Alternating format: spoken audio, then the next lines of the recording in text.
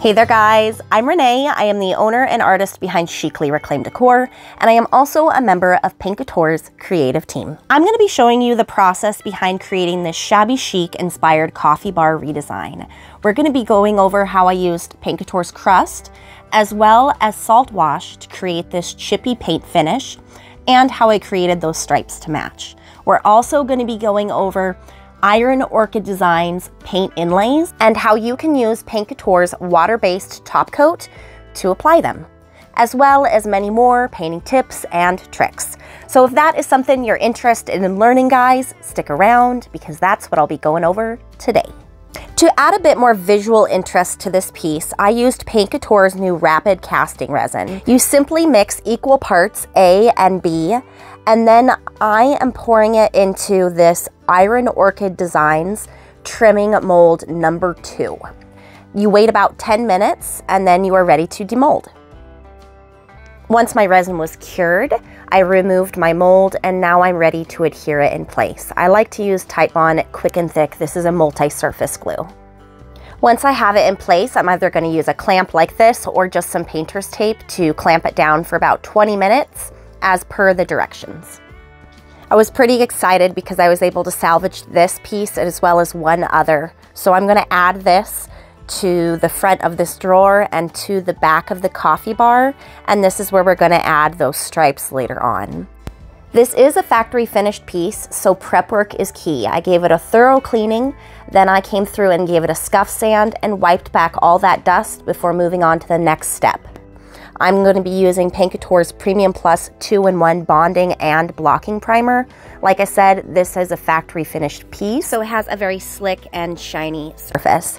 And by using this primer, it is going to give my paint something to really adhere and bond to.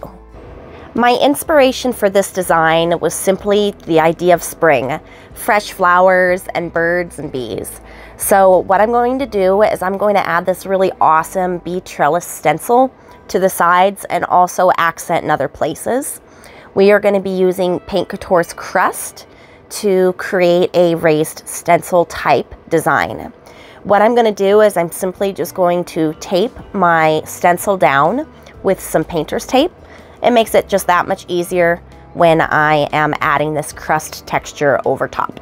Using a gloved hand, I'm simply going to take this product and lay it over top of this stencil, making sure to get into all of these little grooves.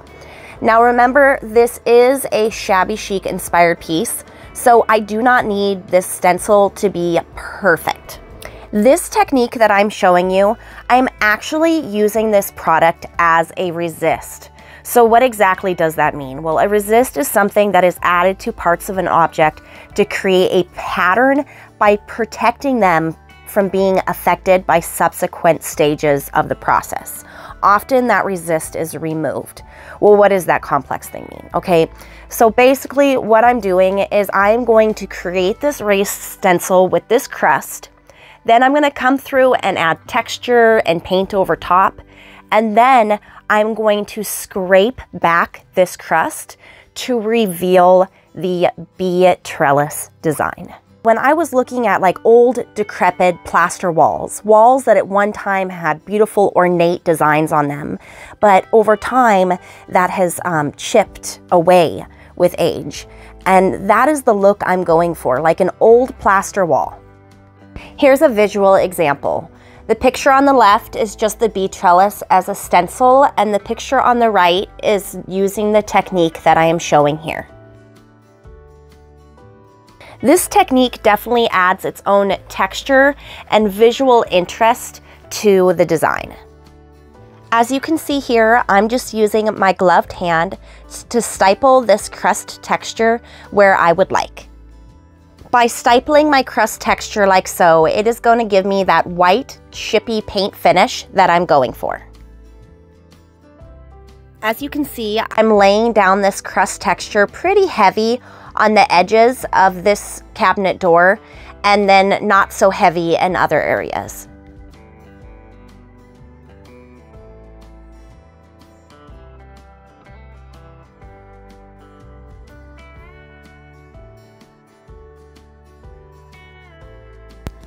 Using texture is a great way to disguise any imperfections that a piece of furniture may have. Like, for instance, right here, I had some veneer that had failed, so I ripped that off, and instead of doing Bondo and all of that, I'm just going to use crust and just roll with it and go with the shabby chic old look. And here is an up-close look at that crust after I was done laying it down.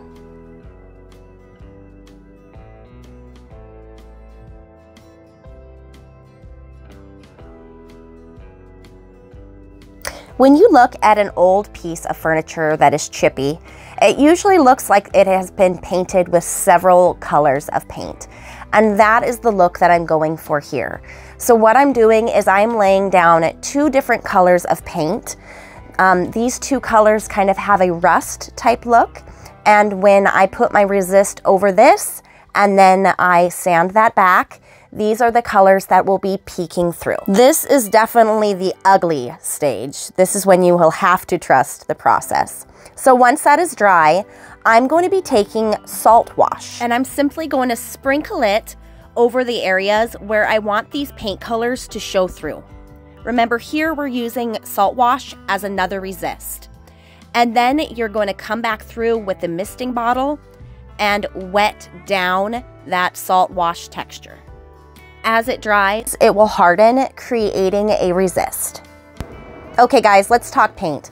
I'm going to be doing a blend of Sophia, Queen's Court, and Deep Lake. I want this piece to look like it was originally painted blue, but the sun and time has faded the original finish. When I'm doing a blend like this, I just find it really important to just get the paint onto my canvas or my piece of furniture and just start blending from there. I'm going to be using my Trust the Process brush. This is a brush by Kristana, and I am simply going to move the paint up and down from side to side and then up and down. This is a slowed down version of me blending this other cabinet for you to watch. These colors are part of Paint Couture Paint's acrylic mineral line. This paint has an amazing self-leveling capability, and not only that, but as you can see, it blends really well together. They've also just released a new chalk style line of paint, as well as their absolutely wonderful metallic line. I'm going to go ahead and put my affiliate link down in the description in case you'd like to try this paint or any of the other Paint Couture products I highlight. You are not charged anything more by using my affiliate link, but Paint Couture will give me a little extra something in return. So thank you for the support. Next up is the really fun part, because we get to chip back to reveal all these different layers of texture and color. So you can either take a carob scraper. I actually just am using a chisel here. And as you can see, I'm simply just using it to literally scrape off the texture that we have laid down. I'm scraping off not only Paint Couture's crust, but the Saltwash as well. And remember, you can decide how much or how little of that crust texture you take off, but just be sure when you're done to wipe back to reveal all this amazing chippiness. And then I'm just gonna follow that same process to reveal the texture and the bee trellis stencil on the sides.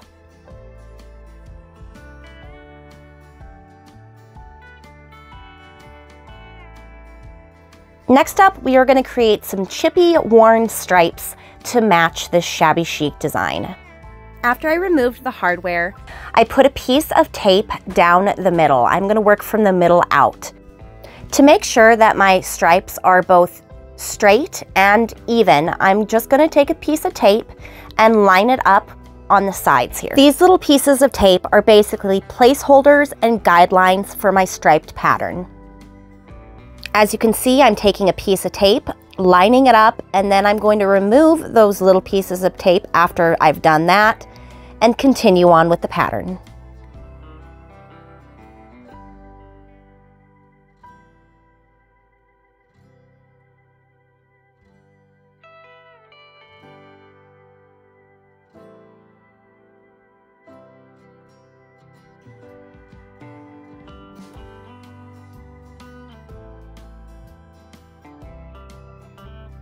This is what it looked like when I was all done taping everything down.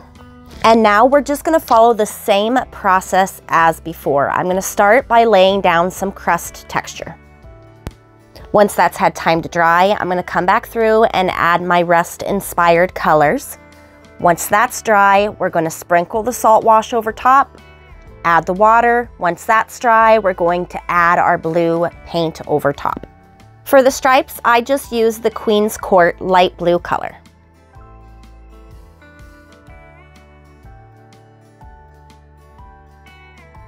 Once the tape was removed, I just did the same as before, took my chisel or carob scraper, and I'm scraping off the crust texture as well as that salt wash, making sure to wipe back when I'm done to reveal all the beautiful chippy colors.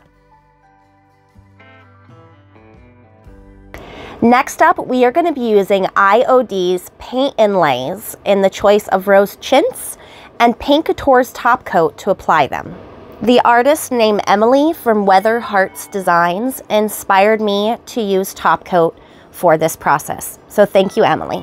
I measured out a piece to fit on my front door with the help of the grid lines that are on this paper. Then on the paint side, I took my Paint Couture misting bottle and mist that to get the paint activated and wet. Then I'm gonna take Paint Couture's Topcoat and lay down a pretty thick layer of this product.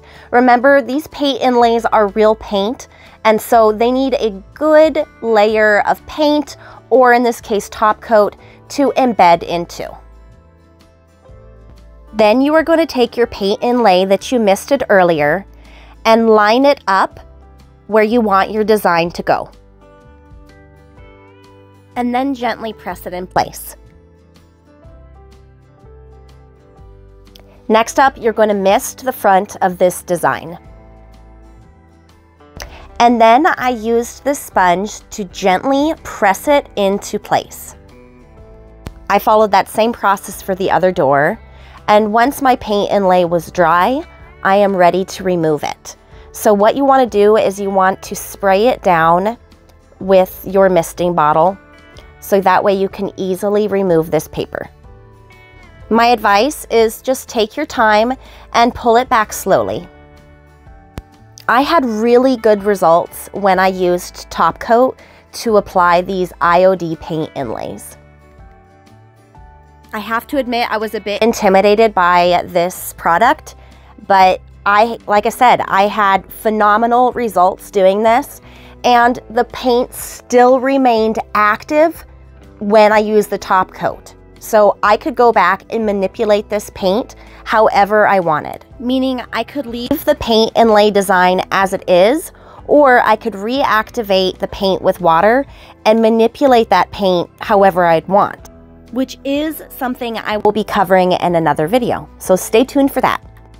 And here's a quick peek at how I redesigned the rest of this coffee bar using all of the same techniques that I've already shared with you in this video.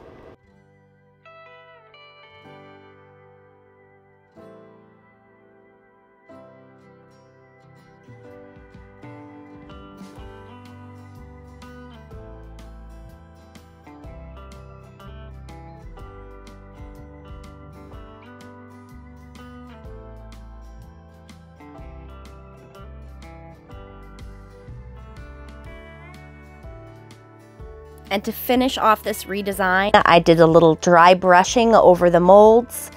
And because I can't resist, I added my favorite bronze metallic pigment powder mixed with high gloss Topcoat for a little extra metallic. When I am going to Topcoat, I always like to stir my Topcoat thoroughly, and then I will put a little bit of it in another container, so that way I don't have any cross-contamination. Thank you so much for watching, guys. I'm Renee. I am the owner and artist behind Chicly Reclaimed Decor, and you can follow me for more furniture flips as well as painting tips. I really hope you enjoyed the process behind creating this Shabby Chic inspired coffee bar using Paint Couture products as well as Saltwash and Iron Orchid Designs paint inlays.